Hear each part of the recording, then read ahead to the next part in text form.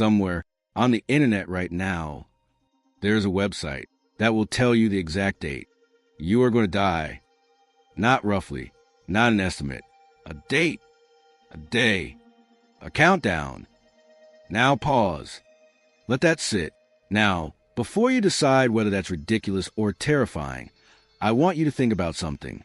How many times in the last year have you typed a symptom into Google at 2 a.m.? How many times have you read a headline about a disease and thought, wait, do I have that? How many times have you looked at someone older than you and quietly done the math? We are obsessed with death, not in a morbid way. In a deeply, profoundly human way. We've built religions around it, written poetry about it, paid billions of dollars trying to delay it. And yet, we almost never talk about it out loud.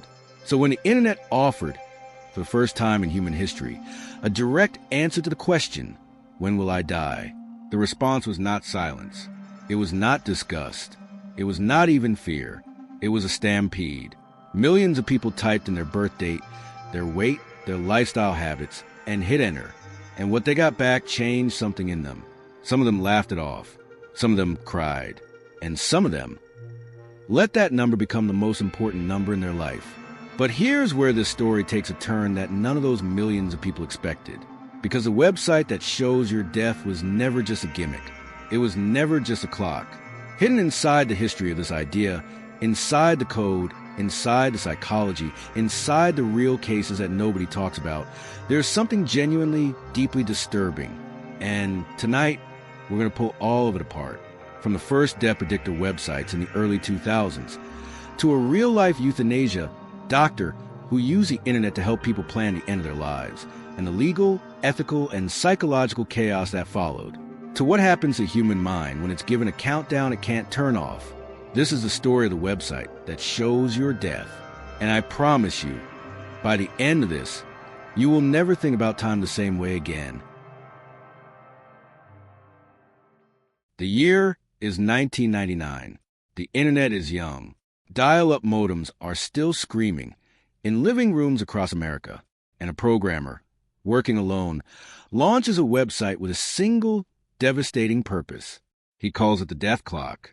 The concept is simple. You enter your date of birth, your sex, your BMI, your smoking status, your general outlook on life, optimistic, pessimistic, or normal, and the website, using actuarial life expectancy tables, gives you your date of death, down to the second, a live countdown, ticking, right there on your screen. Now, to be clear, this is not magic. It's not science fiction. It's life expectancy statistics dressed up in a black background and a ticking clock. The same data insurance companies use. The same tables doctors consult. Nothing supernatural about it. And yet, when people saw it, something happened that nobody predicted. The website went viral. In 1999, before viral was even a concept, before Twitter, before Facebook, before YouTube, people emailed the link to each other, printed out their death dates, stuck them on refrigerators. One man in Ohio reportedly taped his countdown to his bathroom mirror and looked at it every morning for 3 years. At its peak, the death clock was receiving over 2 million visitors a day. 2 million people every day, typing in their details and watching a number count down toward zero. But why? Why would anyone want that? Psychologists who studied the phenomenon gave a name: terror management theory. The idea is this: human beings are the only animals fully aware of their own mortality. And that awareness, that constant background hum of knowing we will die, creates an existential anxiety so powerful that our entire psychology is built around managing it.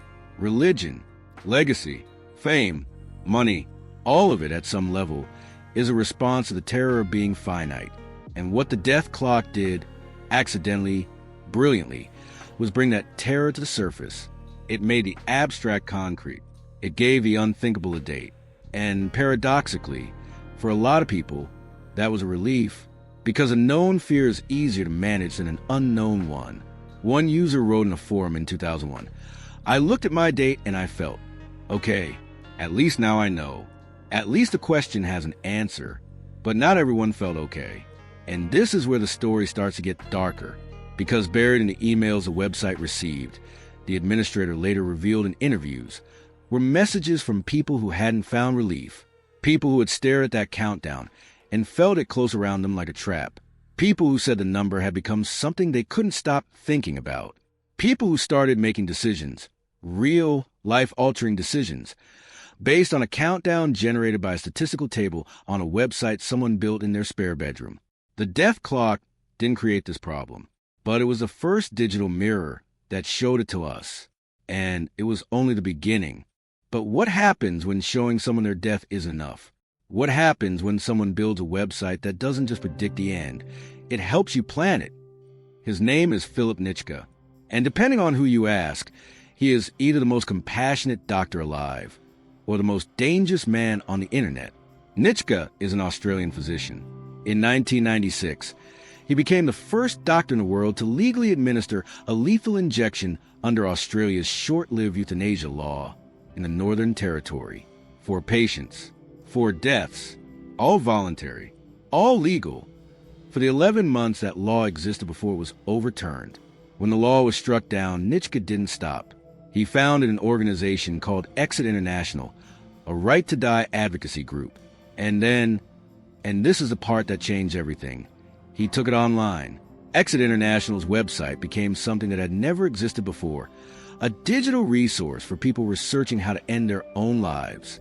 Not a suicide hotline, not a mental health resource.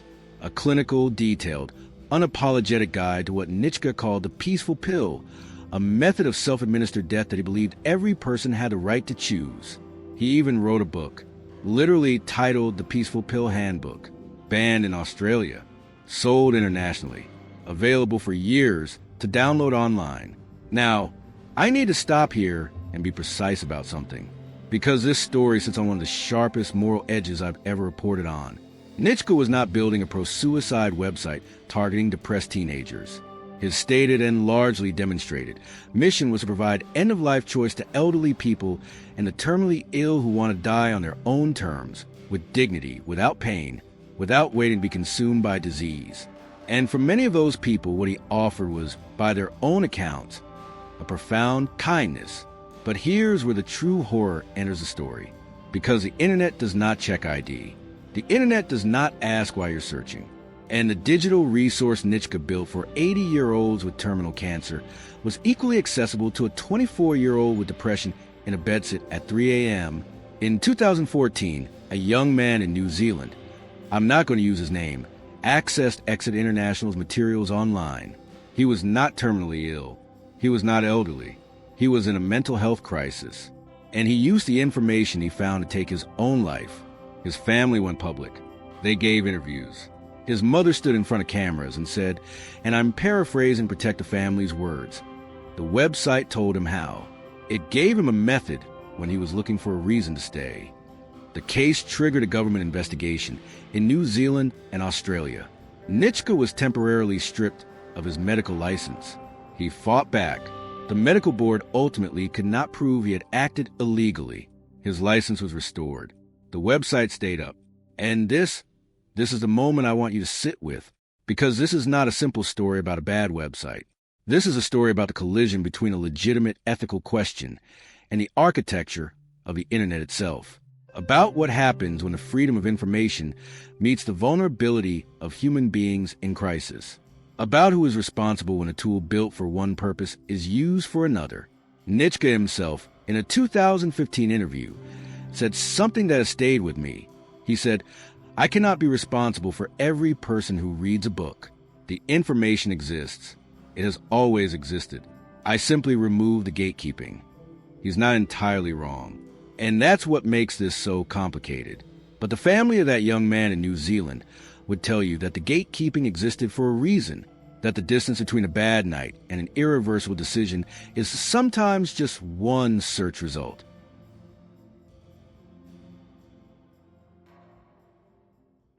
We've talked about the websites. Now, let's talk about what they do to you once you've seen them. Because the real horror of a death countdown isn't the number. It's what comes after. In 2007, a researcher named Jeff Greenberg at the University of Arizona ran a study. He showed one group of participants a mock death predictor website and asked them to engage with it, enter their details, see their date. He showed another group a neutral website. Then he measured both groups for anxiety, risk-taking behavior, and what psychologists call death salience, the degree to which thoughts about death are active and accessible in the mind. The results were striking. The group that had interacted with the death predictor showed significantly elevated death salience, not just immediately after, but in the days following.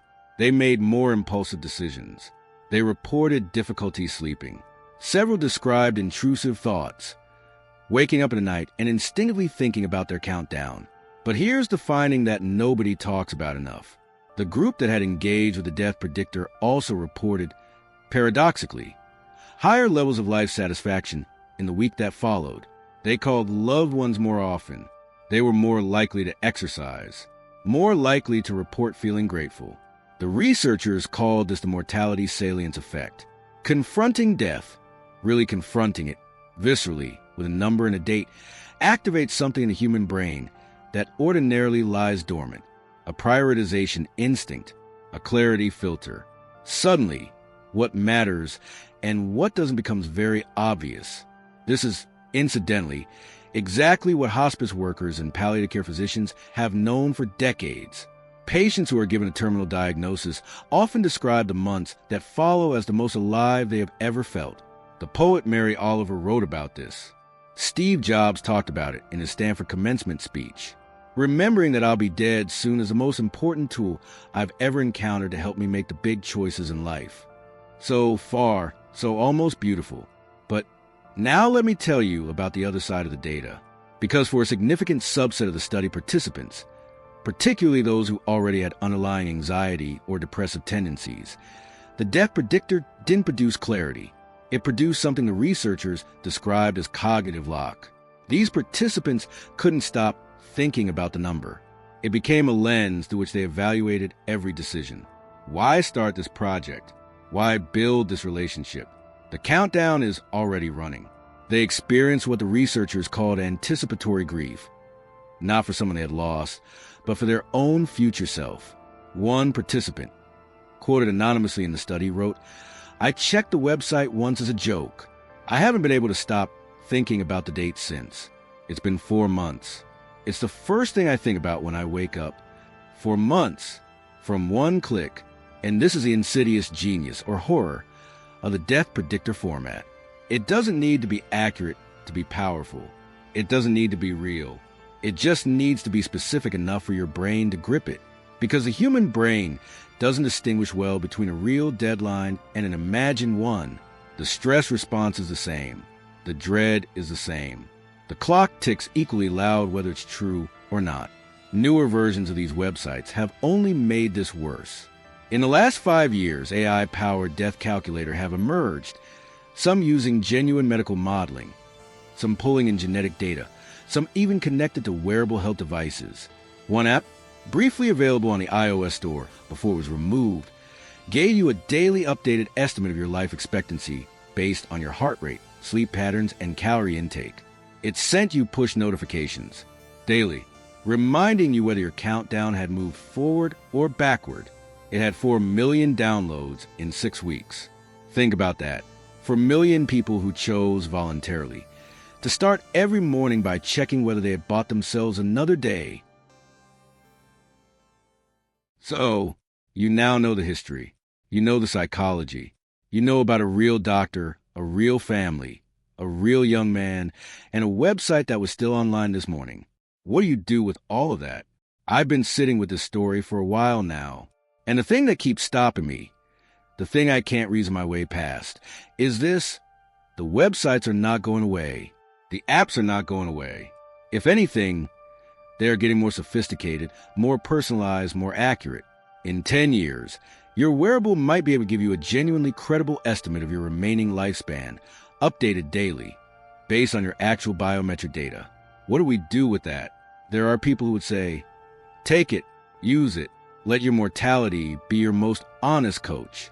History is full of people who were told they were dying and responded by creating the best work of their lives. Beethoven was going deaf and wrote his greatest symphonies. Christopher Hitchens diagnosed with terminal cancer, wrote and argued and debated right up until the last possible moment. He said, "The struggle is part of what makes you who you are." And then there are people who would say, some clocks should stay hidden, that the human mind was not designed to carry a concrete countdown, that the reason we don't know the date of our death is not a flaw in our design, but a feature, that the uncertainty is, in fact, where the hope lives. There's a Jewish proverb, and I'm going to paraphrase it, that says, "Whoever saves a single life saves an entire world, and whoever destroys one destroys a world entire." That young man in New Zealand, whatever world existed inside of him, whatever he might have written, built, loved, become, ended on the night he found a website that made the end feel like the only logical conclusion. And the question of who bears responsibility for that, the website, the algorithm, the culture that produced both, is a question we have not answered, and we need to. Philip Nitschke still runs Exit International. His website is still live. He still believes, genuinely and without apology, that every person has a right to know their options at the end of life.